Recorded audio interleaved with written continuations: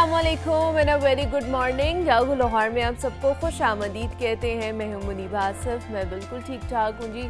उम्मीद करती हूँ आप लोग जहाँ कहीं होंगे ठीक ठाक होंगे, खुशबाश होंगे और आज का जो दिन है वो भी आपका बहुत बहुत अच्छा गुजरे। कल की तरह पिछले जितने भी दिन गुजरे हैं उनकी तरह तमाम तर जितनी भी परेशानियां हैं, मुसीबतें हैं, वो तमाम तर अल्लाह पाक आपकी दूर फरमाए और हमारी भी दूर फरमाए। आज आते हुए एक कोट मैं पढ़ रही थी, उसमें लिखा हुआ था कि एक ज़माना ऐसा आएगा कि जिसमें सब एक दूसरे को धोखा देने में मसरूफ़ होंगे। तो पूछा गया कि जब सब एक दूसरे को धोखा दे रहे होंगे तो धोखा खाएगा कौन? तो उसमें लिखा था, जवाब मिला कि जो एतमाद करेगा। ट्रस्ट करना, एतमाद करना किसी के ऊपर आजकल लग्जरी हो गया है। पहले के ज़माने में हम देखते थे या हम अपने बड़े बुज़ुर्गों से बातें जब सुनते हैं, उनसे उनकी कहानियाँ, उनकी आप बीती सुनते हैं तो पता चलता है कि उस ज़माने में लोग एक दूसरे के ऊपर कितना ट्रस्ट करते थे। आंखें बंद करके ट्रस्ट किया जाता था। और आज के दौर में हर कोई सिर्फ़ यही शिकायत करता है कि मैंने तुम्हारे ऊपर भरोसा किया था और तुमने मेरा भरोसा तोड़ दिया। मैंने तुम पे भरोसा करके ये चीज़ बताई थी, तुमने वो किसी और को बता दी। मैंने तुम पे भरोसा करके ये चीज़ अमानतन तुम्हारे पास रखी थी और तुमने ख़यानत की, मतलब तुमने मेरा भरोसा तोड़ दिया। ये इतना आम होता जा रहा है, इतना आम होता जा रहा है कि हर कोई ये चीज़ जो है ना ये एड्रेस कर रहा होता है कि जनाब उसके ऊपर मैंने ट्रस्ट किया था, फ़लाँ के ऊपर मैंने भरोसा किया था, लेकिन वो भरोसे के काबिल नहीं है। तो आप ये समझें कि कितना लग्जरी हो चुका है कि आप किसी का भरोसा जीत रहे हैं या कोई आपके ऊपर भरोसा रख रहा है। कि आजकल हमारी ज़िंदगी में, इंसानों की ज़िंदगी में क्या होता जा रहा है, हम किस डगर पर जाते जा रहे हैं कि हम एक भरोसा जिसके ऊपर पूरी पूरी ज़िंदगी लोग गुजार दिया करते थे पहले के ज़माने में, सिर्फ़ एक भरोसे के ऊपर आपकी दोस्तियां चल रही होती थी, आपके रिश्ते, आपके अजीज़ो अकारब, आपकी रिलेशनशिप्स चल रहे होते थे। लेकिन अब हम ट्रस्ट ही नहीं कर पाते हैं। क्यों नहीं कर पाते हैं? क्योंकि कहीं ना कहीं इसमें हमारी अपनी ज़ात भी शामिल होती है। क्योंकि हम किसी का जब ट्रस्ट नहीं रखेंगे तो कोई हमारा ट्रस्ट भी नहीं रखेगा। तो इसलिए अगर आप चाहते हैं कि लोग आपके लिए ट्रस्टवर्दी साबित हों, आपको भी लोगों के लिए ट्रस्टवर्दी साबित होना चाहिए कि लोग आपके ऊपर खुले दिल से एतमाद कर सकें, बंद आँखों के साथ एतमाद कर सकें। तो इसके लिए आपको भी थोड़ी सी मेहनत करनी पड़ेगी। तो ये आज का हमारा पैगाम था जो आपके साथ हमने शेयर किया है। आगे बढ़ते हैं, कुछ हेल्दी वे के हवाले से बात कर लेते हैं, एक्सरसाइज के हवाले से बात कर लेते हैं।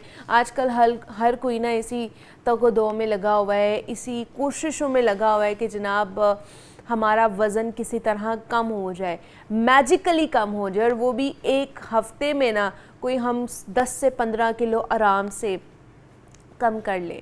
और ये सारा किया धरा जो है ना ये सोशल मीडिया का है, जहाँ पर हम लोग सोशल मीडिया पर वीडियोस देख रहे होते हैं। कुछ इन्फ्लुएंसर्स भी हैं, कुछ न्यूट्रिशनिस्ट भी हैं, कुछ डॉक्टर्स भी हैं जो आके वीडियोस बना रहे होते हैं कि आप ये डाइट प्लान, ये एक्सरसाइज आप करेंगे और एक हफ़्ते में आप जो है ना वो 10 से 15 किलो वेट लूज़ कर लेंगे। मतलब हाउ इज़ इट पॉसिबल कि एक हफ़्ते में आप 10 से 15 किलो कैसे लूज़ कर सकते हैं? तो इस पे क्या होना चाहिए, किस तरह हम इजीली वेट लूज़ कर सकते हैं, जल्दबाजी में जो वेट कम किया जाता है उसके क्या नुकसानात हो सकते हैं, ये तमाम तर चीज़ें हैं आज हमने इसके ऊपर बात करनी है। इस पर बात करने के लिए रहमान अब्बास फ़िटनेस ट्रेनर हमारे साथ स्टूडियोज़ में मौजूद है, उनसे बात करते हैं। रहमान, आपको वेलकम कहते हैं जागो लाहौर में। कैसे हैं आप? ठीक ठाक हैं? अल्हम्दुलिल्लाह, आई एम गुड। रहमान, आज हमने वेट लूज़ के हवाले से बात करनी है, लेकिन जो जल्दबाजी में किया जाता है उसके ऊपर बात करनी है। जिस तरह मैं बता रही थी कि हमारे सबके दिमाग में अब ये चीज़ें चल रही होती हैं कि हमने वेट लूज़ जल्दी करना है, जल्दी भी कि एक हफ़्ते में जो हमने पिछले 20 सालों से खाया हुआ या 2 सालों से जो हम बिंज ईटिंग कर रहे हैं, हम बाहर का खाना खा रहे हैं, फ़ास्ट फूड खा रहे हैं, कोई हेल्दी चीज़ नहीं खाई है, वो एक हफ़्ते में हम 10 से 15 किलो अपना कम कर लें। और ये वो हमारे दिमाग में बैठाने वाली हैं सोशल मीडिया के टिप्स एंड ट्रिक्स जो हम वहाँ पर देख रहे होते हैं, जो वीडियोस देख रहे होते हैं। तो वाकई क्या 10 से 15 किलो एक हफ़्ते में कम किया जा सकता है? अच्छा, पहले तो अभी आपने बात करते हैं जिसमें न्यूट्रिशनिस्ट, डाइटिशियंस और डॉक्टर्स की मैं बात करूं, मैंने बहुत सारे डॉक्टर्स के साथ काम किया, कर भी रहा हूं। अब डॉक्टर क्या है कि अब तो एमफिल वाला भी अपने साथ डॉक्टर लगा रहा है, और प्रॉपरली पहले ये देखे कि जो आपको अगर सोशल मीडिया पे बता रहा है उसका सोशल मीडिया रिकॉर्ड कितना है, उसने कितने क्लाइंट्स डील किए हैं। मैंने फ़ौरन सर्टिफिकेशन ले ली, मैं फ़ौरन सोशल मीडिया पे आ गया, मुझे लगा कि ओहो मुझे तो व्यूज़ चाहिए, मुझे लोगों की अट्रैक्शन चाहिए, तो यार कोई ऐसी बात करो कि जिससे ना लोग फ़ौरन आपकी तरफ। तो वो ये है कि लोगों की जो नर्व है उसको ट्रिगर करते हैं कि ऑब्वियसली इमोशनल हो जाते हैं, हर कोई चाह रहा है ये इस चुटकी वक्त, बजाते हैं। हाँ। मेरे पास एक ऐसा फार्मूला है जिससे मैं चुटकी बजाते आपका वजन कम कर सकता बिल्कुल हूँ। ऐसे उस है। वजन कम करने के साथ साथ क्या क्या हालात पेश आएंगे तो वो जानता है, या जिसने दिया है वो जानता है। ऐसा कुछ भी नहीं है। अच्छा, ऐसा अगर आप मेडिकली भी स्टडी करते हैं कुछ भी नहीं है। देखें, हेल्दी कट डाउन जर्नली मैं बात करूं कि 1 मंथ 4 वीक। ओके, मैं कहता हूं एक तरफ सिनेरियो ये बनता है कि मैं जी चुटकियों बजाते आपका वजन कम कर देता हूं, सही। दूसरा वे ये बनता है कि हेल्दी कट डाउन कितना है। ओके, अब शॉर्टकट में क्या डिफरेंस है और जो नेचुरली आपका कट डाउन होना है। मैंने कभी वर्कआउट नहीं किया, मैंने कभी डाइट नहीं की, अब मैं डाइट करने लगा, मुझे शॉर्टकट करना। फर्स्ट वीक आपके मसल एक्टिवेट होते हैं, आप ईच पार्ट को एक्टिवेट आपने करना ठीक है। सेकंड वीक उनमें स्टेमिना आता है, थर्ड वीक वो रिस्पॉन्स करना शुरू करते हैं, फोर्थ वीक में जाके आपको कुछ रिजल्ट नजर आता है। स्टार्टिंग में आपका वाटर वेट कट डाउन होता है, वो मिनिमम 3 मैक्सिमम 5 अगर आप डाइट करते हो। अगर इसको मैंने शॉर्टकट करना, आप शॉर्टकट में क्या होगा, मैं ये भी छोड़ दूंगा, मैंने कभी वर्कआउट नहीं किया, मैं भागना शुरू कर दूंगा, अब पता नहीं मेरी बॉडी वो रिस्पॉन्ड करती है नहीं करती, हेल्थ इश्यूज हो जाते हैं। ऐसा किसी भी किताब में नहीं लिखा हुआ, इंटरनेशनली भी नहीं लिखा हुआ।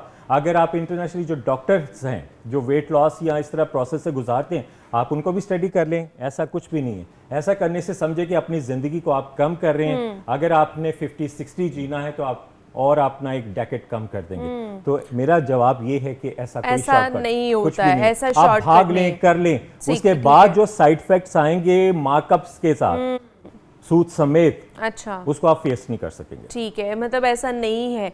लेकिन फिर आइडियली हमें बताएं कि अगर 1 महीने में या किसी ने 1 वीक में, वैसे होता है 1 वीक में कम किया जा सकता है वजन, और अगर 1 वीक में नहीं तो मैक्सिमम 1 मंथ के अंदर आइडियली कितना वेट लूज हो जाए तो वो ठीक है। देखिए, बात ये हो रही है कि बिगनर पर्सन वो ज्वाइन करता है, उसने वेट कट डाउन करना है, वो डाइट कर रहा है, तो फर्स्ट वीक तो आप भूल ही जाओ। ओके, क्योंकि मसल एक्टिवेट होने हैं। डाइट फौरन तो ये नहीं कि आज मैंने डाइट शुरू की है तो आज ही अंदर जाके वो मैजिक हो जाएगा, तो यहाँ से भी कम हो जाएंगे, यहाँ से भी कम हो जाएंगे। हेल्दी कट डाउन मिनिमम 3, अगर आप बहुत स्ट्रिक्ट या डबल टाइम आप वर्कआउट करते हो तो 6 kg आपका कट डाउन होगा without any health issue. Okay, in a month. Okay, वो भी आप डेली वर्कआउट करते हो, मॉर्निंग आप कार्डियो करते हो, इवनिंग आप वर्कआउट करोगे, फिर आप 2 टाइम्स अ डे अगर आप अच्छी तरह वर्कआउट कर रहे हो, अपनी डाइट अच्छी ले रहे हो, देन जाके आप 6 kg कम कर सकते हैं। अगर आपने हेल्थ को भी मेंटेन करना है,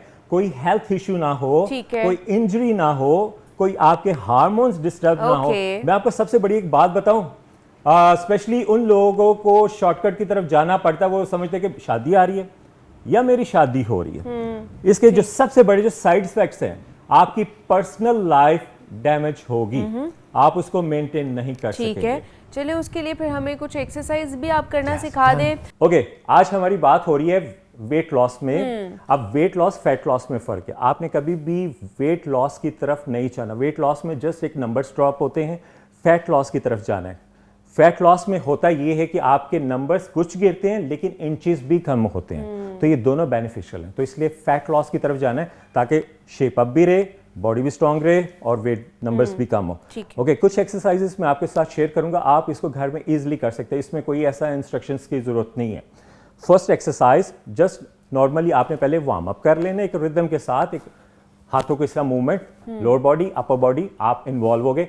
30 सेकेंड 3 टाइम्स आपने करना है, देन मसल एक्टिवेट हो गए।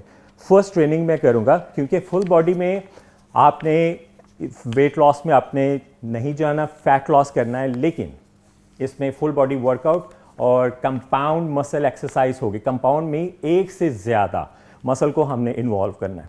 ओके, 1 फुट फॉरवर्ड और साइड्स मूवमेंट पे मैं टर्न करूंगा, वॉकिंग लंजेस नहीं, मेरा पाँव साइड पे है, देन डाउन। अच्छा, कुछ लोगों को हो सकता है कि नी मोबिलिटी इतनी स्ट्रांग ना हो, तो वो नी पैड पहन के ये ट्रेनिंग कर सकते हैं, तो फिर प्रॉब्लम नहीं होगी। Okay, 1 side movement, 2 side movement, 3 side movement, okay 4 side movement, 10 reps each side आपने करना है।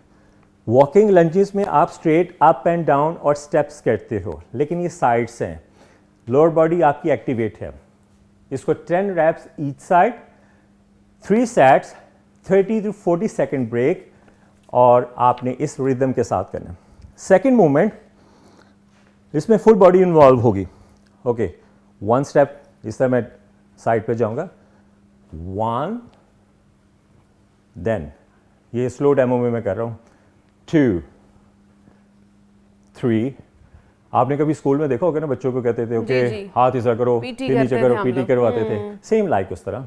लेकिन इसको आपने एक रिदम के साथ लेके चलना है। हमने वो ट्रेनिंग्स आपको बतानी है जो बहुत बेनिफिशियल है और 1000% रिजल्ट्स है, बट शर्त ये मुंह भी बंद करना, आपने एक्स्ट्रा नहीं करना। ओके, इसको 1 मिनट आपने करना है, मींस 40 सेकेंड ब्रेक, 1 मिनट का एक सर्किट चलेगा। 1, 2, 3। ये सिर्फ आपको बताने के स्लो डेमो में कर रहा हूं। अगर मैं आपको ट्रेनिंग करवा रहा होता ना, तो मैं आपको हिलने क्या कहता है कि भागो, ऐसा करो। ओके, रिदम के साथ। ओके, एक रिदम, 1 मिनट आपने इसको करना है, एक रिदम के साथ। 1 मिनट, 30 सेकेंड ब्रेक, 3 मिनट का एक सर्किट बनेगा। Okay, next training, lunges plus squats.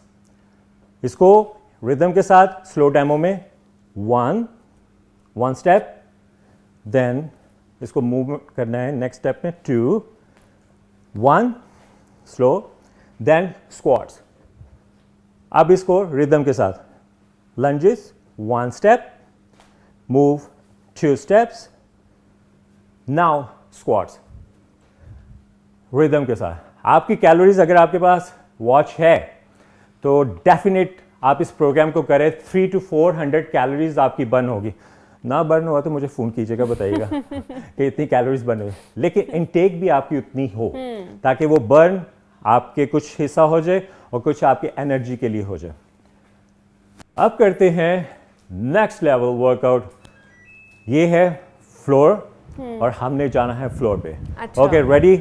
आपने फ्लोर वर्कआउट के लिए माउंटेन क्लाइंबिंग, वो वाला नहीं कि आपने पहाड़ों पे चढ़ना है, इसी पोजीशन में हम डाउन जाते हैं। साइड्स मूवमेंट्स मैं आपको बताता हूं,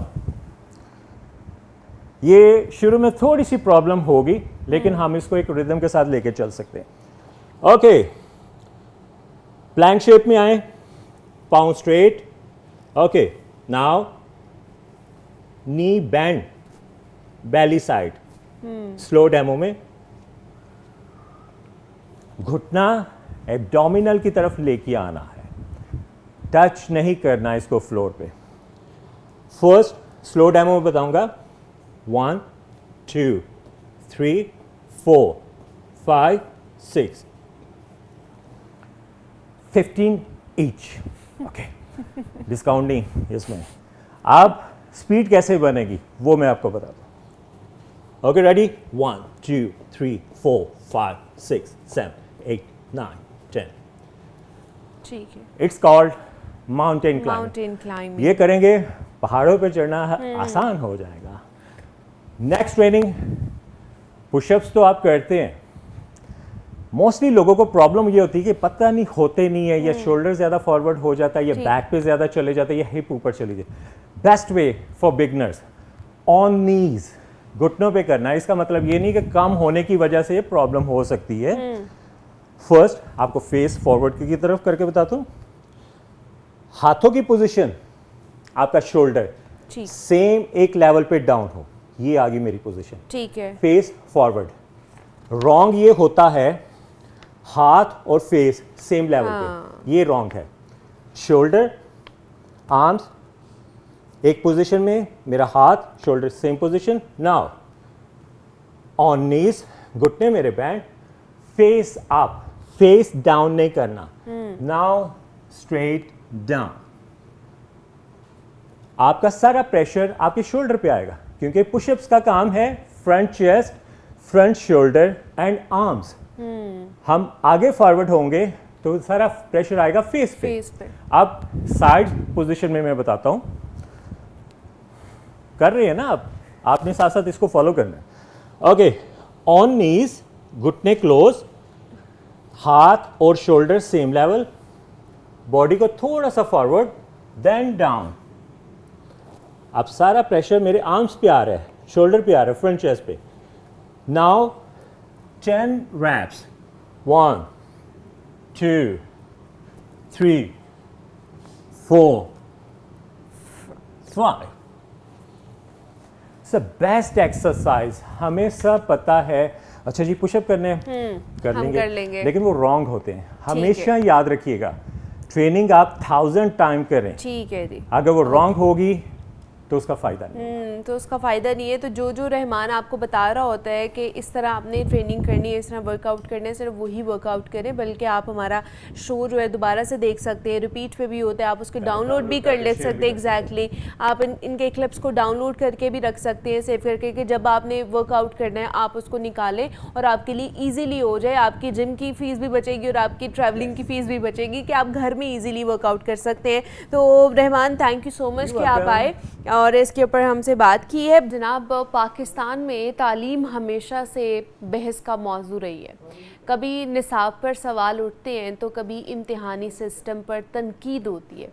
हाल ही में 9वीं जमात की किताब में सामने आने वाली बड़ी गलती ने इस पूरे तालीमी निज़ाम पर एक सवालिया निशान लगा दिया है। आपको याद होगा कि उसके ऊपर हमने एक पूरा शो भी किया था कि किस तरह वो गलती सामने आ गई, और उससे पहले भी पिछले साल भी ये गलती आई थी उसी निसाब में। अब हमारी यूनिवर्सिटीज़ की तरफ देख लिया जाए तो वो आलमी रैंकिंग में पीछे हैं। असातिज़ा की ट्रेनिंग जदीद तकाज़ों के मुताबिक नहीं होती है। निसाब भी बदलती दुनिया की ज़रूरियात से मुताबिकत नहीं रखता है। ऐसे में ये सोचने की ज़रूरत है कि आखिर पाकिस्तान का जो तालीमी निज़ाम है वो कहाँ खड़ा है, और उसे बेहतर बनाने के लिए क्या हिकमत अमली जो है ना वो हमें अब करनी चाहिए, या क्या किया जाना चाहिए, मज़ीद किस तरह के इक़दामात हम उठा सकते हैं। तो इस पर बात करने के लिए रज़ा रहमान साहब हमारे साथ स्टूडियोज़ में मौजूद है, माहिर तालीम है। तो उनसे आपकी मुलाकात कराते हैं। रज़ा साहब, आपको वेलकम कहते हैं जागो लाहौर में। कैसे हैं आप? ठीक ठाक हैं? अल्हम्दुलिल्लाह जी, मैं बिल्कुल ठीक हूँ, और जागो लाहौर की पूरी टीम का बहुत शुक्रिया। बहुत शुक्रिया जी, आप भी आए अपना टाइम निकाल के। रज़ा साहब, पिछले कितने 2-3 सालों से तो आपके साथ भी प्रोग्राम में लगातार हम मयार तालीम के हवाले से बात करते रहते हैं कि किस तरह कोई जिद्दत लेकर आई जा सकती है। लेकिन मुझे तो लगता है कि शायद जो अफसराने बाला बैठे हुए हैं, वानों तक आवाज़ ही नहीं जाती। यहाँ पर उन्होंने अपने कानों में उंगलियां दी हुई हैं कि वो सुनना ही नहीं चाहते हैं कि किस तरह मयार तालीम बेहतर किया जा सकता। अभी रिसेंट जो गलती आई है, आपने भी देखी होगी, 9वीं जमात की कंप्यूटर की बुक है और उसके अंदर माउस को चूहा लिखा हुआ है उन्होंने। और उससे पहले जो शाही कला था उसकी तस्वीर की जगह उन्होंने जो है ना लाल किला की तस्वीर लगाई हुई थी, और वो जो इंडिया में है। तो मतलब इस तरह की जो गलतियाँ हैं वो हमारे निसाब में मौजूद हैं। तो और जो बनाने वाले हैं वो PhD स्कॉलर्स होते हैं, वो उसमें उन्होंने कह लें कि एक्सपर्ट होते हैं जो वो ये निसाब बना रहे होते हैं। तो ये है हमारा मयार तालीम। जी, आप ठीक कह रही हैं। एक्चुअली ये तो मैं समझता हूँ ह्यूमन एरर कह के ना इसको ज़रा इग्नोर कर देना चाहिए। अच्छा, ये टाइपिंग की मिस्टेक है, ये गलती हो सकती है, ये लिखने वाले से भी हो सकती है, जिसने उसकी प्रूफ रीडिंग की है उससे भी हो सकती है। अच्छा। लेकिन इससे बहुत बड़ी गलतियाँ मौजूद हैं जिस पे तवज्जो दिलानी चाहिए। देखिए, पहले भी डिस्कस हुआ कि 9th का सिलेबस इन्होंने इस दफ़ा बढ़ा दिया। 5 चैप्टर थे कंप्यूटर्स के, उसको 13 चैप्टर पे ले गए। केमिस्ट्री के तकरीबन मेरा हाल 8 चैप्टर थे, वो भी 13 पे चले गए। तो बच्चों के ऊपर इतनी सारी किताबों का बोझ और डाल दिया। पहले ही वो 10 किलो उठा रहे थे, आप समझ लें वो 20 किलो का वजन उठा के चल रहे हैं, और जो उन्होंने सारा अपने ब्रेन के अंदर लेके जाना है, याद रखना है, मेमोराइज करना है। और हमारे यहाँ चूँकि आपने भी जिक्र किया असेसमेंट का तरीक़ेकार का, हम तो यहाँ पे मेमोराइजेशन बेस्ड पेपर लेते हैं। आप जितना याद करेंगे उतने अच्छे नंबर आ जाएंगे। आप ये देखें कि ये जो जितने भी अच्छे स्कूल माने जाते हैं प्राइवेट स्कूल में, वो मशहूर हैं या वहाँ पे उनकी पास बच्चे बहुत ज़्यादा हैं, तो उसकी एक रीज़न ये है कि उनके नंबर बहुत अच्छे आते हैं। मेजॉरिटी का ये हाल है। और उन अकेडमीज़ की ये क्वालिटी नहीं है कि उनके नंबर बहुत अच्छे आते हैं, ये उनके वालिदैन को भी क्रेडिट जाता है कि वो अपने बच्चों को मेमोराइजेशन करवाना चाहते हैं। अच्छा, आप ये बात सोचें ना बैठ के, ये वालिदैन को चाहिए ये बातें खुद सोचें। क्यों बड़े एलीट स्कूल्स के बच्चों की पोजीशंस नहीं आती हैं? क्योंकि वो क्रैमिंग नहीं कराते हैं। मैं वैसे उनके अगेंस्ट हूँ, बहुत सारी बातों में उनसे अगेंस्ट हूँ, लेकिन ये उनकी एक क्वालिटी है कि वो क्रैमिंग बेस्ड नहीं है। वो बच्चों के कॉन्सेप्ट देते हैं, क्रिटिकल थिंकिंग देते हैं, प्रॉब्लम सॉल्विंग कराते हैं, जो दुनिया में बच्चे की, इंसान की हमारी ज़रूरत है आने वाली ज़िंदगी में, जिसकी बेसिस पे फैसले करने हैं, जिसकी बेसिस पे तरक्की करनी है, उस पर तवज्जो दी जाती है। तो ये जो 9th क्लास का करिकुलम सिलेबस इस दफ़ा डाला गया है, ये जो बहुत ज़्यादा है, ये बहुत बड़ी गलती है। मैं हाथ जोड़ के हकाम बाला से गुजारिश करता हूँ, बच्चों के बिहाफ पे गुजारिश करता हूँ कि आप इन बच्चों को इनकी कैपेसिटी के मुताबिक पढ़ने दें। आजकल का वो दौर है जहाँ पे आप पहले ही अटेंशन डेफिसिट है में, हम बहुत देर बच्चा एक किताब को नहीं देख सकता। पहले एक वक्त था हम 45 मिनट तक एक क्लास लेते थे, और वो 45 मिनट जो है वो पूरे नहीं हो रहे होते थे जी। अब बच्चे चाहते हैं कि हम क्लास में 5 मिनट पढ़ें, लेक्चर 5 मिनट का, और उसके बाद हम अपनी बातें, फजूल चीज़ें, और हम अपने आप को ऑटोमेटिकली डाइवर्ट कर लें। वो डाइवर्ट कर लेते हैं। टीचर के लिए बहुत मुश्किल होता है कि बच्चे को उसकी टेंशन को मेंटेन रखे। तो ये आप इस दौर में जा रहे हैं जहाँ बच्चे के जहन में ऑलरेडी बहुत सारी चीज़ें एट अ टाइम चल रही हैं। उसको मालूम है कि जो उसने कल 8 रील्स देखी थी, उसके अंदर से कौन सी रील्स जाके उसने परफॉर्म करनी है, कौन सा बंदा क्या कर रहा था, किस चीज़ का क्या बेनिफिट, क्या नुकसान हो रहा है, वो उस बच्चे को वो भी मालूम है। आज की जो ये नई पौधा ना जी, अगर इसको मौका मिले तो ये हुकूमत का बड़ा अच्छा पोस्टमार्टम कर सकती है। ये सिर्फ यहाँ पे चैट जीपीटी को लिख के दें कि ये जो मुझे 13 चैप्टर दिए गए हैं, ये 13 चैप्टर मैं 9th क्लास का बच्चा 15 ईयर ओल्ड, क्या मैं ये किस तरीके से इसको डिवाइड करूँ कि डेली मैं अपने ये 1 साल का सिलेबस पूरा कर लूँ। तो चैट जीपीटी उनको पूरा बता सकता है कि ये सिलेबस ह्यूमन क्वालिटी नहीं है कि वो इसको 1 साल के अंदर पूरा कर ले। तो जब बच्चों को ये बात पता लग जाएगी तो उन्हें पता लग जाएगा कि हमारे पे तो जुल्म हो रहा है, हमारे साथ तो ज्यादती की जा रही है। तो आप बच्चों को किस कॉन्सेप्ट की तरफ लेके जा रहे हैं कि बच्चों को आप चाहते हैं हम अटैच करें जवानों को अपने साथ, यूथ हमारे साथ आए, और यूथ को आप अगेंस्ट करते जा रहे हैं ऐसे काम करके जिससे पता लग रहा है कि वो आपने काम गलत किया है, फिर आप वो गलती भी नहीं मान रहे। पहले भी आपके प्रोग्राम के तवज्जुह से मैंने गुजारिश की थी कि आप स्मार्ट सिलेबस दे दीजिए। अगर फर्जी तौर पर आपके किसी बंदे से या आपके किसी डिपार्टमेंट से वो प्रॉब्लम आ गई है, मिस्टेक हो गई है, तो आप उसको रेक्टिफाई करने के लिए स्मार्ट सिलेबस का अजरा फौरी कर दें। देखिए मुनीबा, इस वक्त बारिश के ये हालात हैं या मुल्क में सैलाब के ये हालात हैं कि बहुत सारे जगहों पे तालीम नहीं दी जा रही है, बच्चे नहीं पढ़ पा रहे, स्कूल नहीं जा रहे हैं। ये बहुत सारे हमारे एरियाज़ हैं। शहरों की बात ना की जाए, आप पूरे सिस्टम को देखें ना, पंजाब बहुत बड़ा है, तकरीबन यहाँ पे 18 लाख बच्चा 9th क्लास का एग्ज़ाम देता है। तो 18 लाख में से 3 या 4 लाख बच्चा भी नहीं है जिनको इस वक्त एजुकेशन वो ले पा रहे हैं। 3 माह की लंबी तरीन छुट्टियां दी गई हैं, रिकॉर्ड बनाया गया है लंबी छुट्टियों का, और आने वाले दिनों में स्मॉग आएगी, फिर बारिशें आएंगी, उसमें भी फिर सर्दियां आएंगी, उसमें भी छुट्टियां हाँ। आएंगी। तो मेरी रिक्वेस्ट है आप बच्चों के साथ ये ज्यादती ना करें, आप बच्चों को उतना काम दें जितना वो कर सकते हैं। अभी जैसे आप रज़ा साहब बोल रहे हैं कि स्मार्ट सिलेबस लेकर आया जाए, लेकिन अभी जो एग्जिस्टिंग सिलेबस यहाँ पर जो निसाब है हमारा, क्या आपको लगता है कि बदलती दुनिया के साथ जो जदीद तकाज़े हैं उनको हम पूरा कर पा रहे हैं उस निसाब में कि नहीं कर पा रहे? इंटरनेशनल स्टैंडर्ड्स का निसाब है हमारा?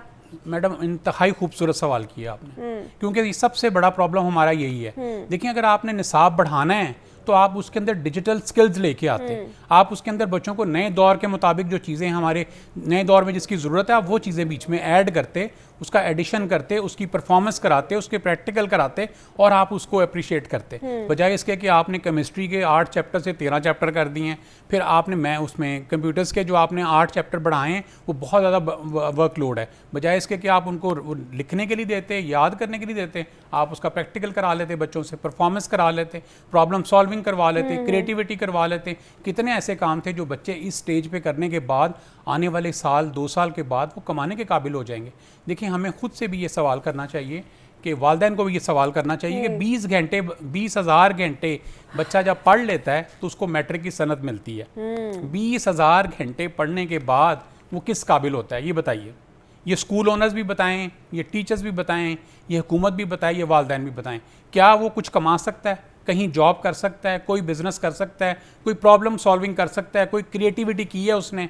इन सारी चीज़ों में उसका नामो निशान नहीं है। इसको आप किसी भी दूसरे मुल्क में ले जाएं, 1 क्लास का बच्चा क्रिएटिविटी करेगा, 1 क्लास का बच्चा प्रॉब्लम सॉल्विंग करेगा, 1 क्लास का बच्चा बिजनेस कर सकता है, 1 क्लास के बच्चे से वो सेल्स करवा रहे हैं। आप कहाँ खड़े हैं और वो कहाँ खड़े हैं? आप हमें पढ़ाना नहीं चाहते, ना पढ़ाएं। वालिदैन तो अपने बच्चों को पढ़ाएं। मैं तो आपके प्रोग्राम में आके हमेशा ये कहता हूँ कि 4 साल से हुकूमत को बार बार वही बातें बता रहे हैं जो बिल्कुल सिंपल हैं, आपको भी मालूम है, बाकी लोगों को भी मालूम है। वो तालीमी मसाइल जो हैं आपकी उनकी नज़र में भी हैं, लेकिन ये सिस्टम डिज़ाइन ऐसा किया है कि गरीब का बच्चा पढ़ने नहीं देना।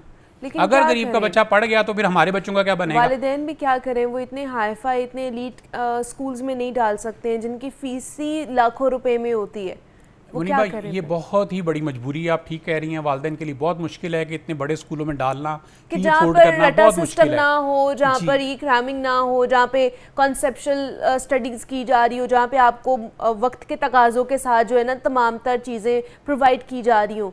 लोग भी बेचारे वालिदैन भी फिर इस वजह से आके रह जाते हैं। बिल्कुल ठीक कह रही है, लेकिन इसमें मैं यहाँ गुजारिश करूँगा वालिदैन से कि ये जो बच्चे हैं, इनको जो हालात अभी मिले हैं ना, ये हमें बाज़ लगता है कि ये बदकिस्मत है, लेकिन मेरी गुजारिश है कि ये खुशकिस्मत बच्चे हैं। इनके पास यूट्यूब भी है, इनके पास चैट जीपीटी भी है, इनके पास परप्लेक्सिटी है, इनके पास बहुत सारे चैट बोट्स मौजूद हैं जो टीचर के बिल्कुल आप कह लीजिए कि पैरेलल चल रहे हैं, टीचर से बेहतर पढ़ा रहे हैं, टीचर से बेहतर बता रहे हैं। टीचर के पास लिमिटेड नॉलेज है, इनके पास पूरी दुनिया का नॉलेज है। अपने बच्चों को और ख़ुद को, यानी वालिदैन खुद को, अपने आप को टेक्नोलॉजी फ्रेंडली करें, टेक्नोलॉजी को सीखें, अपने घर में इम्प्लीमेंटेशन करें। देखें चैट जीपीटी तो इतना आसान है, परप्लेक्सिटी आप मोबाइल में कर लें, आपको जो प्रॉब्लम है उसको बताएं, उर्दू में बता दीजिए, आप वॉइस में बता दीजिए, नोट कर सकते हैं, आप वॉइस नोट करें, आपको वो फौरी तौर पे वॉइस नोट में बता देगा, आपको पूरा लिख के दे देगा, आपका सोल्यूशन निकल आएगा मसले का। आज तो लोग अपने, जो मैंने कुछ दिन पहले एक अपना एग्रीमेंट बनवाना था, एक अकाउंटेंट से रब्ता किया, उसने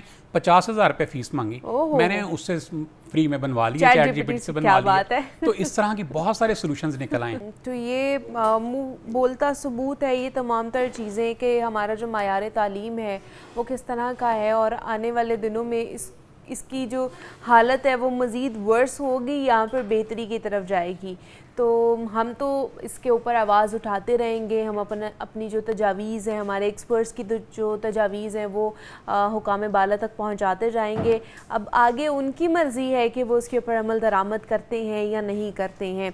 हमारे साथ रज़ा रहमान साहब मौजूद थे, माहिर तालीम है। रज़ा साहब बहुत शुक्रिया आपके वक्त का कि आप आए, इसके ऊपर बात की है। ब्रेक लेते हैं, यहाँ पे मिलते हैं इस ब्रेक के बाद।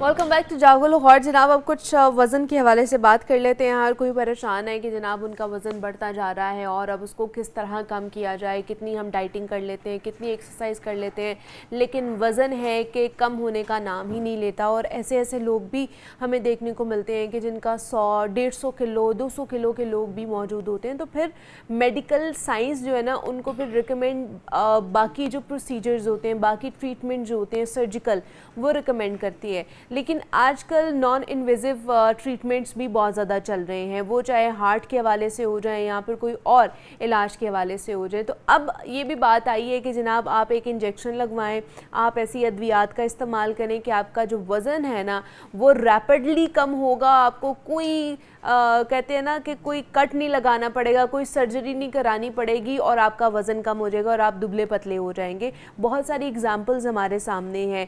पाकिस्तान में भी रेयर मिलती हैं अभी हमें ये वाली एग्जांपल्स, लेकिन कह लें कि पूरी दुनिया में, बल्कि हमारे हमसाया मुल्क में ऐसे एग्जांपल्स मिल रहे हैं जिन्होंने ये इंजेक्शंस लगाए हैं, जिसका नाम आजकल हमें सुनने को मिल रहा है ओज़ेम्पिक। तो ये है क्या, इसका इस्तेमाल किस तरह किया जा सकता है। और दूसरा ये भी आपको बता दें कि पहली बार आलमी इदारा सेहत ने वज़न कम करने वाली जो अद्वियात हैं ना उसके इस्तेमाल की सिफारिश कर दी है। और इनको बताया जा रहा है कि जितने भी तरक्की पजीर ममालिक हैं ना वहाँ पर भी ये अब दस्तयाब होंगे।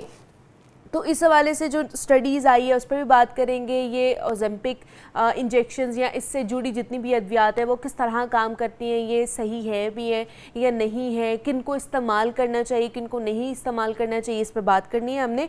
इस पर बात करने के लिए प्रोफेसर मौजुल हसन हमारे साथ स्टूडियोज़ में मौजूद है, बरियाट्रिक सर्जन है, और साथ ही साथ मोहम्मद बिलाल ने भी हमें ज्वाइन किया है। डॉक्टर साहब आपको भी वेलकम कहते हैं, बिलाल आपको भी वेलकम कहते हैं जागो लाहौर में। डॉक्टर साहब आप इसे जानना चाहेंगे, आप क्योंकि इस प्रोफेशन में काम कर रहे हैं और आपके पास लोग भी आते हैं ख़ास तौर पर सर्जरी वगैरह कराने। अब जैसे मैंने बात की है कि ये अद्वियात का भी इस्तेमाल जो है वो हो रहा है, इंजेक्शंस का इस्तेमाल हो रहा है वेट लॉस के अंदर, तो ये कितना ख़तरनाक है या कितना बेनिफिशियल है?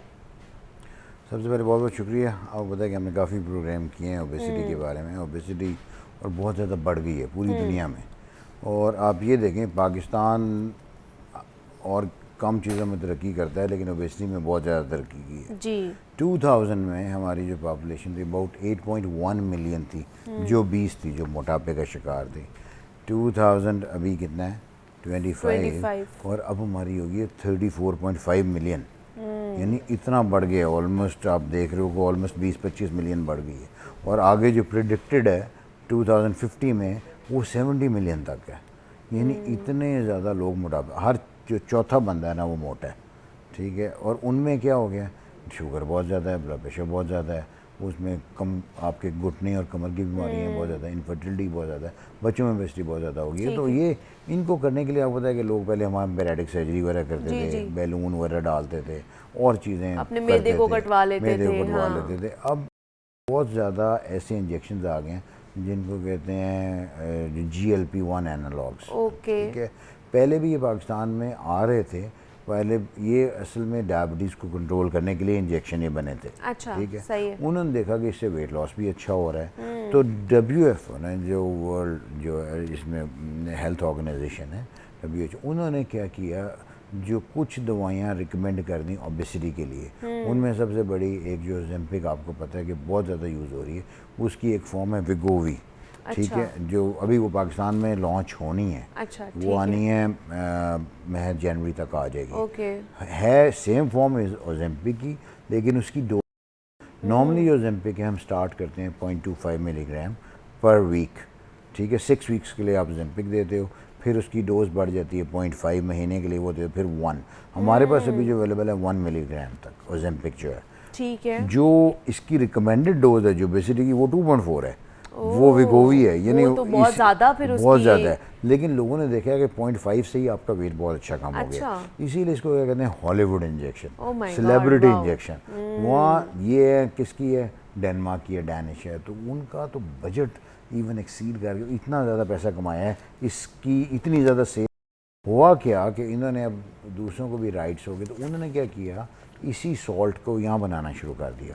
अब पाकिस्तान में वो तकरीबन 24,000 का पड़ता है, 25,000 का ये ओजेम्पिक का इंजेक्शन महीने का, ठीक है। अब पाकिस्तान में यही फॉर्म 2 उसकी सिंथेटिक फॉर्म्स हैं, ओरिजिनल वैसी नहीं है वो, लेकिन वो काम वैसे ही कर रही हैं। लेकिन उसे क्या इंजेक्शन जो कॉस्ट है वो आपकी खाली पहले महीने की 4,000 और अगले महीने की 8 और फिर 12, तो बहुत कम कॉस्ट हो गई है। तो हर कोई लिख रहा है, मतलब हम ये खुद ही अब ये फॉर्म करना शुरू कर दिया बनाना। फिरोसन लेबोरेटरीज हमारी आपको पता है बड़ा नाम है इसमें, गेट्स फॉर्म है और एक मैक्टर वाले हैं। इन्होंने एक सीमाटाइड के नाम से, एक सीग्लूटाइड के नाम से, एक और वो एक गेट्स वालों की है, उन्होंने अपनी शुरू कर दी। तो इनके रिजल्ट्स अच्छे हैं, जो लोग यूज़ करते हैं, जो लोग इतना अफोर्ड नहीं करते। लेकिन सबसे इम्पोर्टेंट ये है कि आपने किसको लगाना है, किसको नहीं लगाना, कौन लगा सकता है, कौन नहीं लगा सकता, की तरह नहीं लगाना, हाँ क्योंकि इनके साइड इफ़ेक्ट्स भी हैं। इनमें ये क्या होता है कि आपके मसल वेस्टिंग होती है, ठीक है। आपके जैसे आपने देखा है करण जौहर है, जी जी, और वहाँ इंडिया का सेलिब्रिटी है, उससे क्या हुआ आप पता है, उसका फेस कैसे उसको कहते हैं ओलंपिक फेस हो गया, आपका मुंह पिचक गया, ये जो आपकी यहाँ वाली फैट है ना, जो उसके मसल निकला, आपके जो प्रॉक्सिमल मसल्स हैं हाथों के, उनकी मायोपैथी होती है, क्योंकि कई दफ़ा आपको फटीग होती है, चलना फिरना आपसे नहीं जाता। सिर्फ करण जौहर नहीं, बहुत सारे और एक्टर्स हैं जिन्होंने कराया है। मैं वैसे नाम मैंने ले दिया क्योंकि उसका फेस आपको देखा कैसे हो गया। हमारे भी यहाँ मतलब बहुत से लोग कहते हैं हमारे यहाँ बिलावल ने कराया भी किया वैसे है, किसी ने? और वो बिलावल ने भी शायद लगाया है। और ये अच्छा, चीज़ें बहुत बिलावल सारे लोग- भुट्टो जरदारी ने। हम देखें उनका वेट कैसे कम हुआ है। तो ऐसे इंजेक्शन बहुत सारे आ गए हैं। ओके। तो अब इसी की एक और फॉर्म है जो मंजारो है। मंजारो इस वक्त सबसे ज़्यादा चल रहा है अमेरिका में, वो लिली कंपनी की है, तो वो इसका बड़ा कंपटीशन है। मंजारो 2 रिसेप्टर्स पे एक्ट करता है, तो उसके रिजल्ट्स बहुत ज़्यादा अच्छे हैं, लेकिन वो कॉस्टली है, पाकिस्तान में भी अवेलेबल नहीं है। 150,000 का एक इंजेक्शन है एक माह का। तो ये तो बहुत ज़्यादा कॉस्टली है, लेकिन आपको मार्केट में डिफरेंट उसके इंजेक्शंस साइड मिल इफेक्ट्स अभी जाएंगे। सुन लें ज़रा। वो साइड इफेक्ट्स पे मैं आती हूँ। मैं ना बिलाल पे जाना चाहूँगी कि ये जो अद्वियात अब इस्तेमाल करने की सिफारिश की गई है, इस हवाले से मज़ीद क्या क्या जो इक़दामात हैं वो उठाए जाएंगे। बिलाल, इस स्टोरी के हवाले से हमें बताइए। देखिए मुनीबा, सबसे पहले तो ये है कि हम अभी तक डायबिटीज़ में दुनिया में पहले नंबर पे आ चुके हैं। ये जो इंजेक्शंस हैं इनकी फ़रोख्त तो होती रहेगी, लोगों को लगते रहेंगे। सेलिब्रिटी इंजेक्शन है, जिनकी पावर होगी, बाइंग पावर, वो लगवा लेंगे। अदरवाइज़ लोग जो है ना इसके बगैर ही ज़िंदगी बसर करते रहेंगे। जिनके पास थोड़े और पैसे होंगे वो डॉक्टर साहब से पीडियाट्रिक सर्जरी करवा लेंगे। लेकिन इशू ये है कि पाकिस्तान में 2021 में चीन डायबिटीज़ में नंबर 1 था, इंडिया नंबर 2 में था। आज 2025 है, 2 से 3 सालों के अंदर पाकिस्तान के अंदर इतना रैपिड चेंज कैसे आया, कैसे पाकिस्तान इस वक्त डायबिटीज़ में नंबर 1 बन चुका है। और इसमें सबसे अहम जो चीज़ है कि हमारे जो बच्चे हैं वो बहुत ज़्यादा डायबिटीज़ का शिकार हो रहे हैं। और कहा यह जा रहा है कि हर 2 लाख में से जो एक बच्चा है ये डायबिटीज़ का शिकार है। डॉक्टर साहब कॉलर हैं, हमें कॉल किया उन्होंने, मिसेस सईद हैं लाहौर से। अस्सलाम वालेकुम। वालेकुम अस्सलाम। कैसी हैं आप? ठीक हैं जी, शुक्र अल्लाह का। क्या पूछना चाहेंगी? मैं बस डॉक्टर से यही पूछना चाह रही हूँ कि मुझे भी डायबिटीज है, ब्लड प्रेशर भी रहता है, पर एक्सरसाइज से कम होने की बजाय वेट बढ़ता ही जाता है मेरा। तो ठीक है मिसेस सईद, अभी डॉक्टर साहब से हम इसका जवाब ले लेते हैं। डायबिटीज भी है और वेट कितना है आपका? लाइन ड्रॉप होगी मेरे ख्याल से। इसमें सबसे इम्पोर्टेंट ये है कि आपने वही जो मैंने बताया, आप पहले कैलकुलेट करते हो किसी का BMI कितना है, ठीक है, फिर आप फिगर आउट करते हो। अब जैसे इनको देखना है, अब आपने अगर एक्सरसाइज भी करते हो लेकिन आप उतना ही खा लेते हो आके, तो फिर तो वेट नहीं कम होएगा ना। इवन आप एक्सरसाइज नहीं करते लेकिन आप अपनी कैलोरीज कम करते हो तो आपका वेट कम होता है। तो सबसे इम्पोर्टेंट क्या, डाइट कंट्रोल। आप पोर्शन डाइट लो। आप कार्ब्स, मैं कहता हूँ, आप कहते हैं ना, वो कहते हैं आप जो वो कहते हैं ना, नो कार्ब्स कम करो। आप जो है स्वीट जो शुगर है वो कम करो। आप ग्रेन कम करो, जिसे कहते हैं GPS नहीं है जैसे वो आप GPS क्या होता है जो आप बताते हो डायरेक्शन वाला, तो आप क्या कहते हो, मैप जो होता है, आप कहते हो GPS diet, no grain, no potatoes, no sugar. आप ये करो, आपका वेट कम हो जाएगा। बाकी एटलीस्ट वॉक करो 40 minutes at least 5 days a week. तो अगर ये नहीं होता फिर भी इनकी डायबिटीज़ ऐसी है, या इनकी दवाई का चेक करना पड़ना है, ये दवाई कौन सी ले रही हैं, इनको एंडोक्राइनोलॉजिस्ट को दिखाना पड़ना है। अगर उनसे नहीं होता तो फिर आप जाते हो सर्जरी पे। तो अभी जो रिकमेंडेशन है, जो भी 2025 की international federation for the society of obesity और मेटाबॉलिक डिजीज, IFSO अमेरिकन जो है गाइडलाइंस हैं, और उन्होंने जो पूरी ये अवेलेबल है नेट के ऊपर, उन्होंने देखा है कि अगर आपका लाइफस्टाइल अच्छा नहीं है, आपका कंप्लायंस अच्छा नहीं है, तो surgery is 1000 time better than these medications, क्योंकि इनके साइड इफ़ेक्ट और कॉम्प्लिकेशन ज़्यादा हैं as compared to long run के अंदर, और ऑपरेशंस के कम है। ये अभी उनकी गाइडलाइंस है American association of bariatric surgeons की। और बल्कि और ये इसलिए हम कहते हैं, अगर आपका वेट इतना ज़्यादा नहीं है, यू शुड, और आपको वो नहीं है, थायराइड प्रॉब्लम नहीं है, पैनक्रियास का नहीं है, ऐसे तब तो ठीक है, आप इंजेक्शन पे जाओ, और अगर आप उससे ठीक हो जाते हो तो वेल एंड गुड। लेकिन आप इंजेक्शन छोड़ोगे तो फिर रिबाउंड बहुत सख्त आता है, आपका वेट फिर बढ़ता है बहुत ज़्यादा। अच्छा। और उसके लिए फिर आपको अपना लाइफस्टाइल चेंज करना पड़ता है। मतलब अगर आप इंजेक्शंस लगवाते रहेंगे तो आपका वेट जो है वो कम रहेगा। अगर आप छोड़ोगे तो वो फिर बढ़ेगा। तो ये सबसे बड़ा कैच है इसमें। तो आपको अपना फिर लाइफस्टाइल चेंज करना ही पड़ना है। लेकिन वो तो कह रहे हैं कि जी आपकी भूख कम हो जाती है, तो छोड़ दोगे तो फिर खत्म, फिर दोबारा भूख लगनी शुरू होगी ना, और बड़ी तेजी से बढ़ेगा। ये तो फिर पैसे का ज़िया है ना, कि अगर आपने करवा रहे हैं तो ठीक है, वरना उसमें ये है ना, उसमें है कि आपको एक बूस्ट मिल जाता है कि अगर आपका कम नहीं हो रहा, आपने लगाए इंजेक्शन, आपका वेट कम हो, फिर उसको मेंटेन करो। उसके लिए फिर अपना डाइट कम करो, एक्सरसाइज करो, बाकी चीज़ें करो। ये फिर साथ ये नहीं है कि खाली इंजेक्शन कर लो, सारी उम्र तो नहीं लगाना आपने इंजेक्शन, तो आपने उसको किसी टाइम तो स्टॉप करना ही है ना। ठीक है, अदरवाइज आप लॉन्ग टर्म लगा सकते इसमें हैं। इसमें मुझे ये भी बताइए कि जैसे अब ख़वातीन हैं वो भी थोड़ी सी ओबीज़ होती हैं, थोड़ी सी नहीं बहुत सारी के ओबीज़ होती हैं, उनके लिए थोड़ा सा बताएं कि क्या कॉम्प्लिकेशंस हो सकती हैं कि अगर वो यंग हैं और यंग में 100 किलो उनका वज़न आ गया हुआ है तो वो बरियाट्रिक सर्जरी की तरफ जाएं या फिर वो इंजेक्शन लगवा सकती हैं, और इंजेक्शन लगवा रही हैं तो उसकी कॉम्प्लिकेशंस क्या आफ्टर मैरिज उन्हें कॉम्प्लिकेट कर सकती हैं? इनफर्टिलिटी जो है इस पे अमूमन क्या होता है कि जो लोग अभी जो रिकमेंडेशन यही हैं, जिन लोगों की इनफर्टिलिटी है, जिन लोगों को PCOS है, वो ज़रा इस पे मत जाएँ, ठीक है। अच्छा, उसमें थोड़ा क्योंकि जो लोग जाते हैं IVF वगैरह में, हम उन्हें रिकमेंड करते हैं कि आप लोग ये इंजेक्शन पे ना जाएं, आप अपनी नॉर्मल डाइट और उस पे जाएं या बैरेटिक सर्जरी पे जाएं ताकि आपका वेट एक हिसाब से कम हो, क्योंकि इसके तो हमारे पास रिजल्ट्स बहुत ज़्यादा है ना।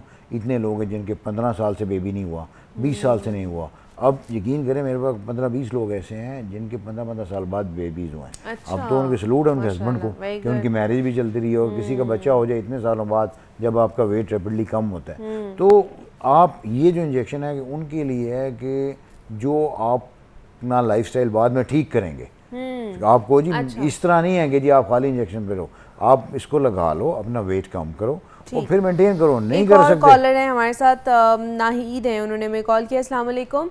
वालेकुम सलाम। कैसी हैं आप? ठीक ठाक?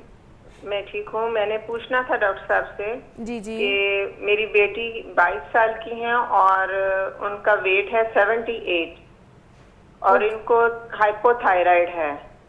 ओके, तो उनके लिए क्या बेटर होगा कि वो सर्जरी कराएं या इंजेक्शन पे जाएं? कैसे? उनकी हाइट कितनी है? हाइट 5 फीट है, 5 फीट। फिर तो कम हाइट है ना। तो फिर मैंने आगे अभी मैंने बोला था जिनको थायराइड प्रॉब्लम है उन्होंने इंजेक्शन नहीं लगाना है, तो उनके लिए बेस्ट सर्जरी है।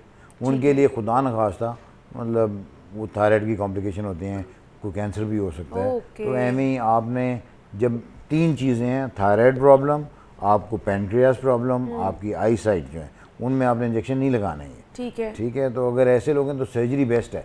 सर्जरी मेटाबॉलिक, अभी वेट इतना ज़्यादा नहीं है, हाँ, इसको डाइट के थ्रू, एक्सरसाइज के थ्रू BMI ज़्यादा है ना। अच्छा, क्योंकि इनकी हाइट कम है, तो BMI इनका 30+ है, 33-4 होएगा इनका BMI। तो जिनका BMI 30+ है मतलब वो लोग सर्जरी करा सकते हैं। और फिर आगे पता है अभी आगे शादी वगैरह होनी है तो शी विल कम टू 55 पे आ जाएंगी। हाँ, तो ठीक है, आप डॉक्टर साहब से रब्ता कर सकते हैं, आप किसी कंसल्टेंट से रब्ता कर सकते हैं ताकि ये तमाम तर चीज़ें जो है ना इनको कम किया जा सके और मोटापे से जान छुड़वाई जा सके जितना हो सके, क्योंकि मोटापा कहते हैं कि तमाम बीमारियों की जड़ है। अगर आप मोटे हैं ना तो आपको बाकी बीमारियाँ भी ऑटोमेटिकली लग जाएंगी। तो आज हमने इसके ऊपर बात करने की कोशिश की है कि मोटापा और आजकल जो ये चल रहे हैं, इंजेक्शन चल रहे हैं, ट्रीटमेंट चल रहे हैं, ये कितने कारआमद साबित होंगे। तो इस पर बात करने के लिए डॉक्टर साहब हमारे साथ मौजूद है। मोहम्मद बिलाल ने हमें ज्वाइन किया था। आप दोनों का बहुत शुक्रिया, थैंक यू सो मच आने के लिए। ब्रेक लेते हैं, यहाँ पे मिलते हैं इस ब्रेक के बाद।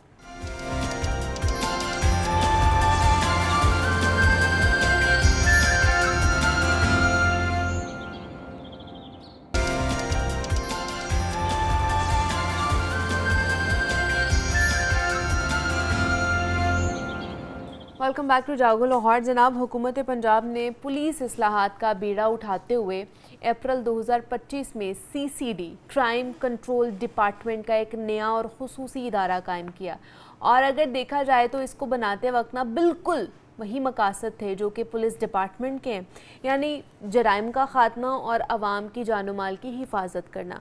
चूँकि आवाम के जहनों में 60-70 सालों से पुलिस का एक ख़राब तासुर मौजूद है, इसलिए बहुत से लोग इसके क़याम को भी मशकूक नज़रों से देख रहे थे और इसे भी रवायती पुलिस जैसा ही करार दे रहे थे।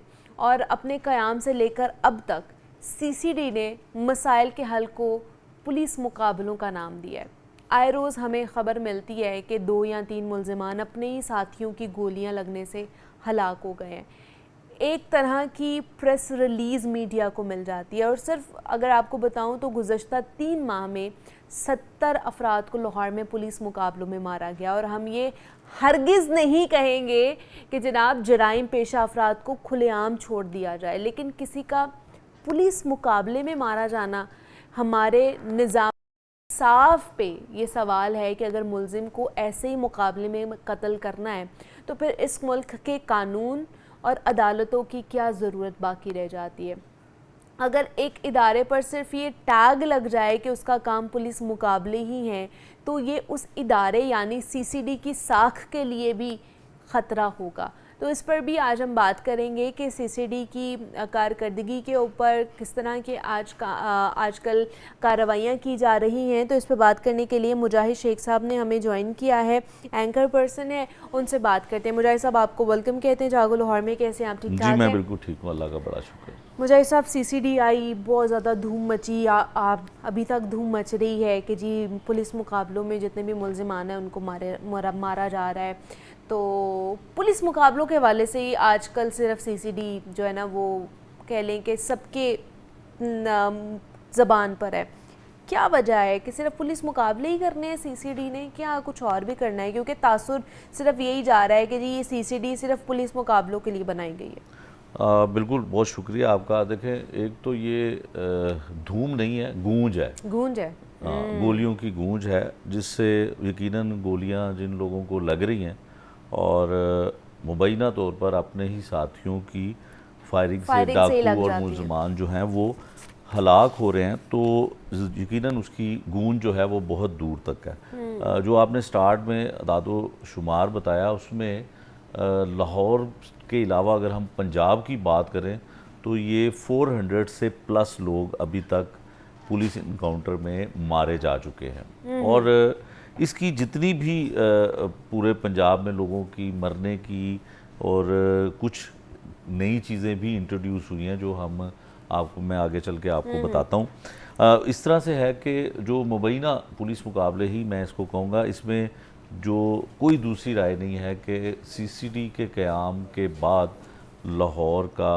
और दीगर शहरों का क्राइम जो है उसका ग्राफ नीचे ज़रूर आया है। अच्छा। और ये आज से नहीं है, पहले से होता है। मतलब इनका जो एसेंशियल कहने के एक मकसद था सीसीडी का, वो यही था कि जराइम जो है ना उसको कंट्रोल किया जा सके। बिल्कुल, मकसद यही था और नेक मकसद था। ठीक है, नेक मकसद था, लेकिन तरीकाकार वही पुराना है। अब सीसीडी आपने कहा कि नया एक इदारा, ये नया इदारा नहीं है। अच्छा। नाम नया है, ठीक है, लोग वही हैं। अब इसमें सबसे समझने वाली बात यह है, ख़ासकर चीफ मिनिस्टर पंजाब और हुकूमत पंजाब के लिए, कि पहले CIA था, फिर ये OCU बना, ऑर्गेनाइज क्राइम यूनिट, फिर उन्हीं लोगों को जो है एक नए नाम से पुकारा जाने लगा, क्राइम कंट्रोल डिपार्टमेंट यानी कि CCD। ठीक है। अच्छा, अब वो CCD में वही लोग हैं जो चंद लोग ऐसे हैं जो 4,500 अफसरान पर मुश्तमिल है ये पूरा डिपार्टमेंट। 4,500 ये पहले सिर्फ लाहौर में था। अच्छा। तो वो 450 होंगे, 500 होंगे।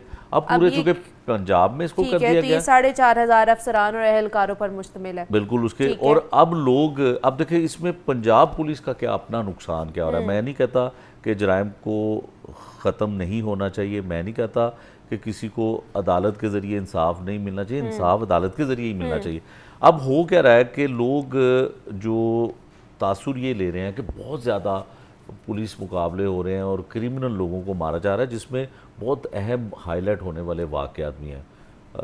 जो 30 रुपए की खातर दो भाई मारे जाते हैं, हर शख्स ने वो वीडियो देखी और हर खातून, हर बच्चा, हर मर्द, हर बुजुर्ग इस बात पे इतना अफसोस का इजहार करता था कि एक भाई अपने भाई की डेड बॉडी लेकर गोद में बैठा हुआ है और पीछे से एक शख्स आता है और उसको मारता है उसके सर पे, और वो भी मर जाता है हॉस्पिटल में जाने के बाद। अब 30 रुपए की खातर ये झगड़े का आगाज़ होता है। CCD ने ये जब काम किया तो लोगों ने एप्रिसिएशन भी दी, लेकिन होता ये रहा है कि अभी किसी को ये नहीं पता चल रहा कि कितने जायज़ लोग मर रहे हैं और कितने नाजायज़ लोग मर रहे हैं, क्योंकि अभी तो हर बंदा भागा हुआ है। वो कहते हैं ना कि जब जैसे कोई हमसाया मुल्क की फिल्मों में मशहूर होता था कि गब्बर सिंह आ जाएगा, तो अब तो ये हो रहा है कि CCD वाले आ जाएगी। और उसके नाम को भी इस तरह से किया जा रहा है कि CCD जो है वो क्राइम कंट्रोल डिपार्टमेंट के नाम पर पुलिस डिपार्टमेंट के लोग भी लोगों को अगवा कर रहे हैं, तवान मांग रहे हैं और उनकी FIR भी हो रही है। सुहेल कैसर साहब ने भी हमें ज्वाइन कर लिया है। सुहेल साहब, आपको भी खुश आमदीद कहते हैं। सुहेल साहब, आप क्या कहेंगे इस क्राइम कंट्रोल यूनिट के हवाले से? क्राइम कंट्रोल हो रहा है वैसे? अच्छा, मुझे 2 मिनट देंगी? CCD पर शेख साहब की मैं गुफ्तगू सुन रहा था, उन्होंने अच्छा तज्जिया किया कि कानून के मुताबिक ही चलना चाहिए।